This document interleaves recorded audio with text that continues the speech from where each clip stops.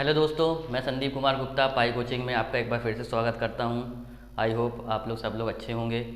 आज हमारा compound interest का पार्ट 4 होगा, जिसमें हम इंस्टॉलमेंट के क्वेश्चन सीखेंगे। इसमें लोग छोड़ के आ जाते हैं, यहीं पे आपको एक नंबर लोगों से अधिक पाना है। चलिए अपन क्लास की शुरुआत करते हैं। वेरी फर्स्ट क्वेश्चन हमारा 13,000 रुपये का 8% की दर से 2 वार्षिक किस्त चुकाता है, तो किस्त ज्ञात करो। यहाँ पे बोल रहा है कि उसके पास प्रिंसिपल कितना लिखा हुआ है 13,000 रुपये, और उसके पास दर कितनी लिखी हुई है 8%, और किस्त कितनी है 2 किस्त हैं। ठीक है, अब हमको चीज़ को समझिएगा। 8% मतलब कितना लिख सकता हूँ, 4 दूनी 8, 4 25 हम 100। कोई चीज़ 25 की रही होगी और उसने कितने में बेच दी 27 में, ये 27 रुपये लेके बेचा। ठीक है, अब ये समझिएगा कि 25 की चीज़ 27 में, और उसके अगले साल इसका क्या हो जाएगा स्क्वायर 625, और ये हो जाएगा 729। ये स्क्वायर होगा तो ये भी स्क्वायर होगा। ये एक ट्रिक है सॉल्व करने की। अब देखिए कि अगर ये किस्त 729 रुपये हो रही है तो पक्की बात है कि किस्त भी 729 होना चाहिए। तो अगर मैं इसको 729 बनाना है तो कितने का गुणा कर दूँ, यहाँ पे 27 का गुणा करना पड़ेगा। अगर मैं यहाँ 27 का गुणा कर रहा हूँ तो पक्की बात है कि यहाँ पे भी 27 का गुणा करना पड़ेगा। लेकिन जब मैं यहाँ पे 27 का गुणा करता हूँ तो 25 गुणे 27 मेरा हो जाता है 675, और ये 625 तो पहले से रहा ही। जब मैं इन दोनों को जोड़ता हूँ तो मेरे पास आ जाता है 1300 रुपये। क्वेश्चन में बोला है ये 1300 रुपये ना होकर कितना है 13,000 है। मतलब इसका कितने गुना 10 गुना। तो जो किस्त होगी वो भी क्या होगी इसकी 10 गुना होगी। तो कितना हो गया 7290। तो हमको 7,290 रुपये की 2 किस्तें देनी पड़ेगी, और ये हमारा हो जाएगा आंसर। चलिए देखते हैं नेक्स्ट क्वेश्चन।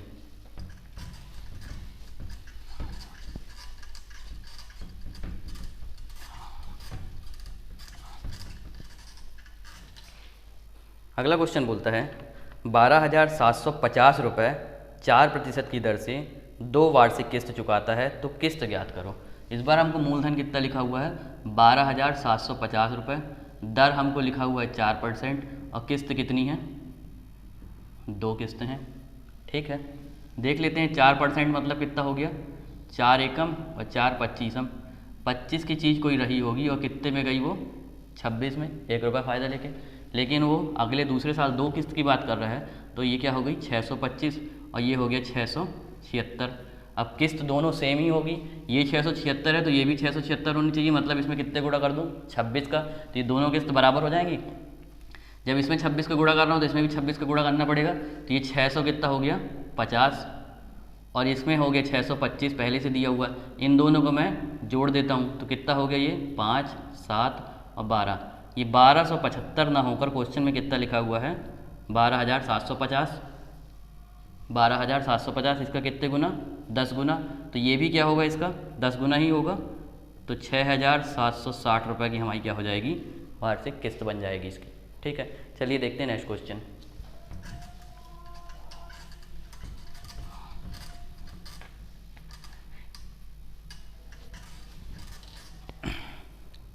कोई धन उधार लेकर 441 रुपये की 2 किस्तें चुकाता है। यदि चक्रवृद्धि ब्याज की दर 5% है तो उधार कितना लिया था। इस बार हमसे प्रिंसिपल पूछ रहा है कितना है, दर 5% है और 441 रुपये की 2 किस्तें दे रहा है, 2 अलग अलग किस्तें दे रहा है। ठीक है, सॉल्व करते हैं। 5% मतलब कितना हो गया 5 एकम और 5 20। 20 की चीज़ कितने में गई 21 में।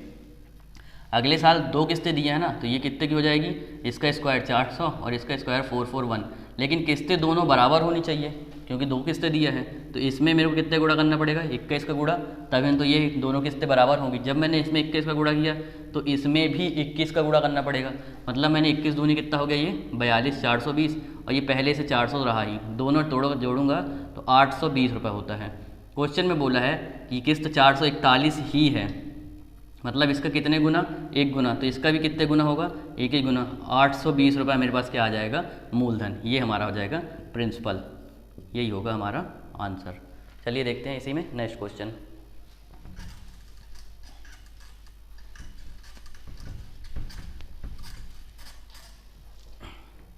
कोई धन उधार लेकर 242 रुपये की 2 किस्तें चुकाता है।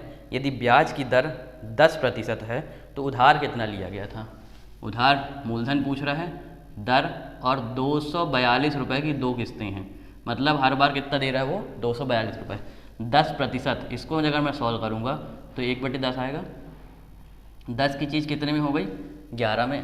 अगले साल ये डबल हो जाएगा, मतलब 100 हो जाएगा, स्क्वायर हो जाएगा, और ये 121।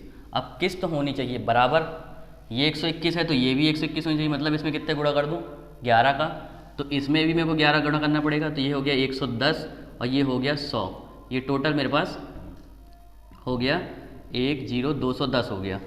ये किस्त है 121 और मेरे को बोला कितना देने के लिए 242, मतलब इसका कितने गुना है 2 गुना है, तो पक्की बात है ये भी कितने गुना होगा, जो एक्चुअल अमाउंट होगा 2 गुना, 2 2 4 और 0, ये 420 रुपये का मेरे पास क्या आ गया, मूलधन आ गया। चलिए देखते हैं अब नेक्स्ट क्वेश्चन।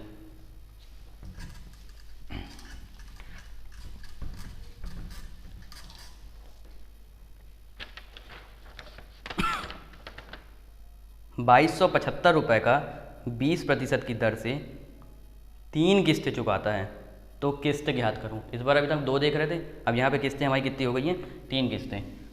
पैसा लिखा हुआ 2275 और दर हमको कितनी लिखी हुई है 20%, और किस्तें कितनी हैं 3 किस्तें हैं, यहाँ पे 3 टाइम्स किया गया हुआ है।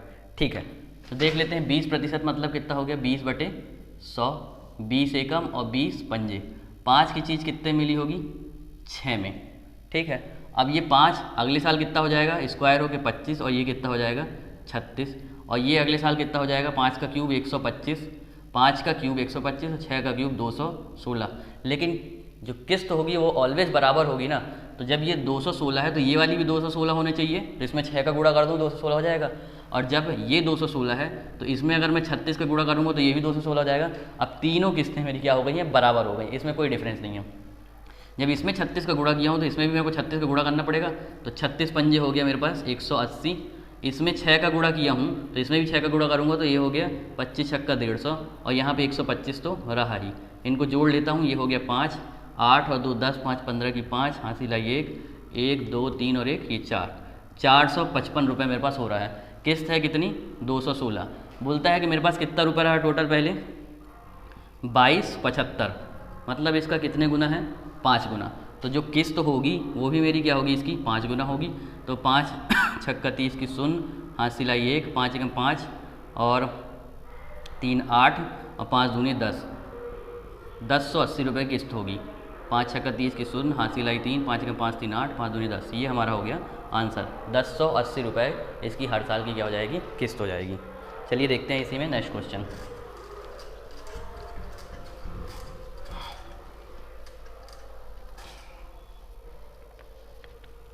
₹3810 का 16.2/3% चक्रवृद्धि ब्याज की दर से 3 किस्त चुकाता है, तो किस्त ज्ञात करो। ठीक है, इस बार हम देख लेते हैं पैसा कितना लिखा हुआ 3810 रुपये, 16.2/3% और किस्त कितनी है उसके पास 3।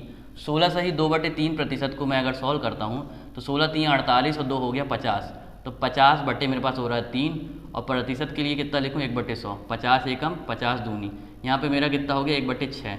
बोल रहा है कोई चीज़ 6 की रही होगी और कहाँ पहुँच गई वो 1 रुपये एक्स्ट्रा फ़ायदा लेके 7 रुपये में हो गई।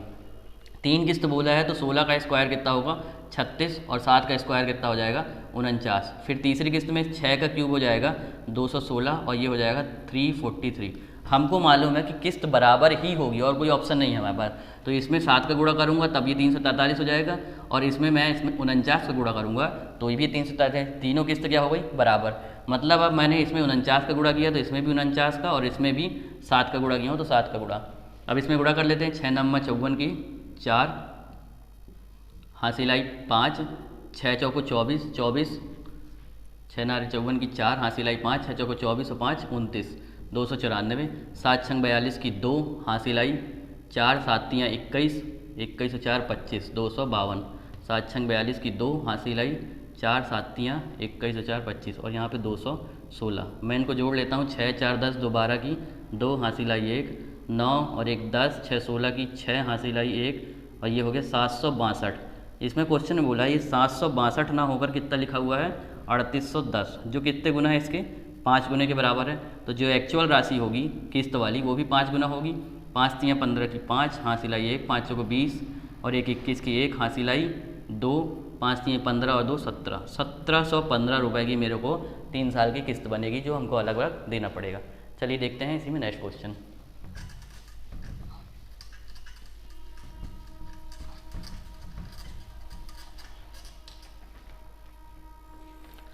कोई धन उधार लेकर 50% की दर से 3 किस्त 270 रुपये चुकाता है, तो उधार लिया गया धन ज्ञात करो। धन ज्ञात करने को बोल रहा है, दर लिखा हुआ 50% और 270 रुपये वो कितनी बार चुकाया, 3 बार चुका रहा है। 3 किस्त बोला हुआ है। अब 50%, मैं इसको सॉल्व करूँगा तो 50/100, 50 एकम 50 दूनी। कोई चीज़ 2 की रही होगी और कितने में गई, वो 3 में गई, एक हमको फ़ायदा लेके। अब 3 किस्त बोला है तो 2 का स्क्वायर कितना हो जाएगा 4 और 3 का स्क्वायर हो जाएगा 9 और इसका 2 का क्यूब होगा 8 और 3 का क्यूब होगा 27।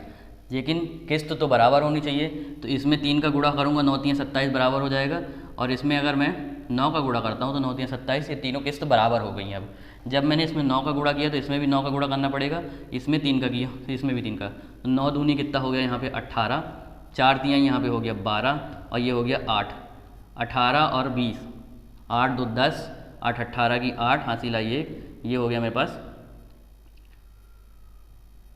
8 2 10, 8 18 की 8, हासिल आई 1, ये हो गया मेरे पास 38 और ये मेरे पास है 27। लेकिन क्वेश्चन में बोला है कि 27 ना होकर वो कितना दे रहा है 270, इसका कितने गुना 10 गुना, तो जो मूलधन होगा वो भी कितने गुना होगा 10 गुना, मतलब 380 रुपये मेरे पास क्या आ जाएगा, मूलधन निकल आएगा।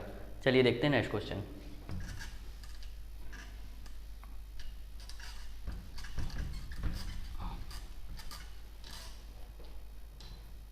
बोल रहा है कोई धन उधार लेकर 40% की दर से 3 किस्तें चुकाता है, यदि प्रत्येक किस्त 3430 रुपये चुकाता है तो उधार लिया गया धन ज्ञात कीजिए।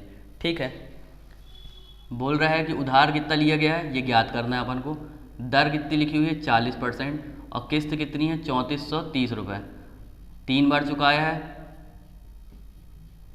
3430 रुपये। देख लेते हैं 40% सॉल्व करके, 20 दूनी और 20 पंजे, कोई चीज़ 5 की रही होगी और कितने में गई होगी 7 में। पहली बार हम इसको स्क्वायर करेंगे तो कितना हो गया 25 और ये हो गया 49, ये हो गया 25 का 5 का क्यूब 125 और ये हो गया 343। किस्त बराबर होनी चाहिए, उसमें कोई डाउट नहीं।